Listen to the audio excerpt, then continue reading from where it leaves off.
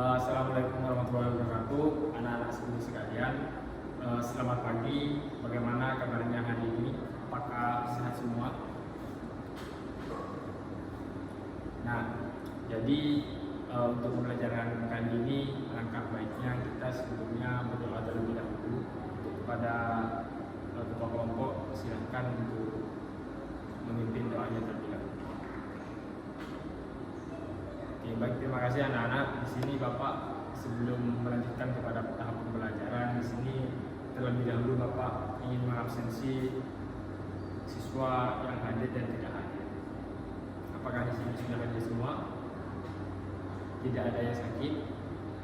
Oke, baik anak-anak. Apabila nanti di kemudian hari kita ada beberapa siswa yang sakit, silakan lapor kepada Bapak atau bisa mengirimkan surat secara langsung. Baik anak-anak, minggu kemarin di sini kita telah belajar tentang apa itu ekosistem. Apakah di sini ada yang masih ingat apa itu ekosistem?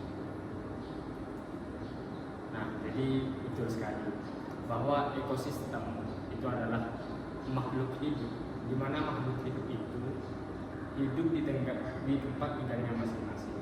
Jadi ada sebuah komponen di situ antara makhluk hidup dan tempat tinggalnya. Itu yang dinamakan sebuah ekosistem. Jadi dari kedua itu ada faktor yang keterhubungan antara makhluk hidup dan bukan makhluk hidup. Nah, selanjutnya di sini ada tujuan pembelajaran kita pada hari ini, yaitu peserta didik mampu untuk menemukan solusi pencegahan kerusakan ekosistem melalui diskusi kelompok dengan baik. Jadi pada hari ini teman-teman di sini kita akan belajar. Kalau kemarin kita belajar tentang ekosistem, nah di sini Bapak akan memberikan sebuah studi kasus tentang kerusakan ekosistem.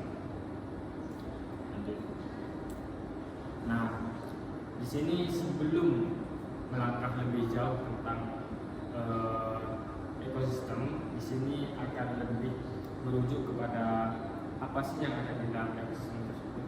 Nah, di dalam ekosistem sendiri itu ada komponen-komponennya. Ada komponen biotik dan abiotik. Di dalam sebuah ekosistem itu ada komponen biotik dan abiotik. Apa komponen biotik itu? Komponen biotik itu adalah hal yang merujuk terhadap makhluk hidup. Makhluk hidup di sini siapa saja makhluk hidup? Makhluk hidup di sini ada manusia, ada hewan, ada tumbuhan dan ada ikan. Nah, di situ komponen biotik itu merujuk terhadap makhluk hidup. Siapa makhluk hidupnya? Ada burung, ada manusia, ada pepohonan, ada ikan contohnya.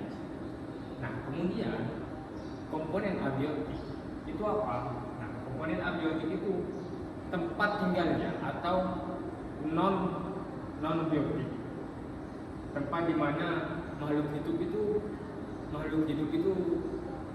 sedang tinggal di sana. Contohnya ikan, contohnya apa saja? Udara atau air, atau bisa dikatakan laut. Nah, di situ saling keterhubungan antara komponen biotik dan non abiotik. Contohnya adalah ikan. Ikan di sini bisa hidup di air. Contohnya ekosistemnya di laut. Nah, kemudian yang kedua itu contohnya adalah hewan. Hewan ini burung. Burung ini tinggalnya di mana? Di udara. Contohnya di pepohonan. Nah, di sini yang ada saling keterkaitan di mana makhluk hidup bisa hidup di tempat tinggalnya dirinya masing-masing. Itulah gambaran tentang komponen abiotik dan non abiotik.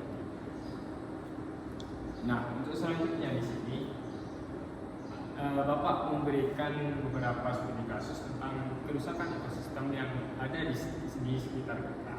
Yang pertama di sini adalah, siapa di sini yang bisa menjelaskan apa yang ada di gambar tersebut? Nah, betul sekali. Nah, gambar tersebut adalah hutan yang gundul akibat, kira-kira akibat siapa? Ada yang tahu?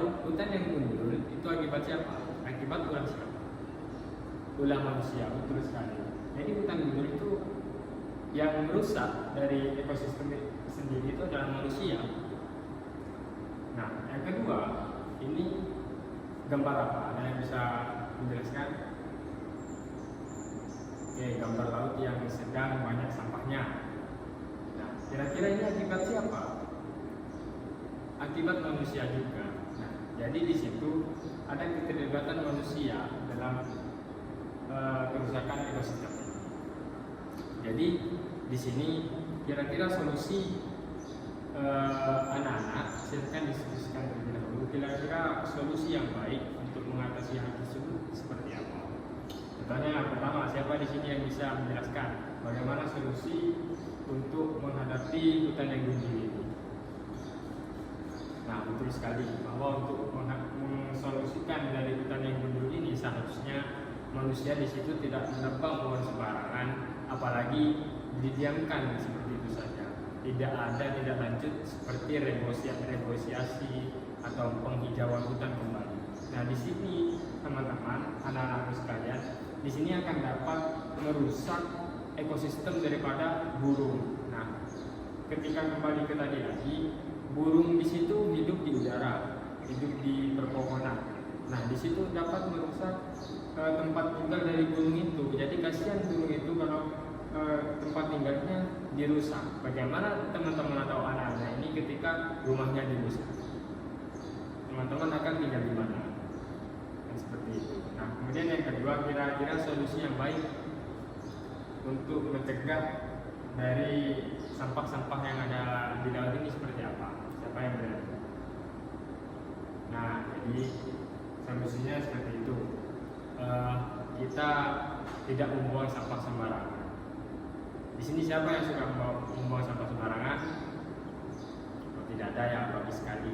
Nah, ini dampak dari manusia juga. Solusinya kita bisa membuang sampah itu pada tempatnya masing-masing, karena itu dapat merusak ekosistem dari laut itu sendiri.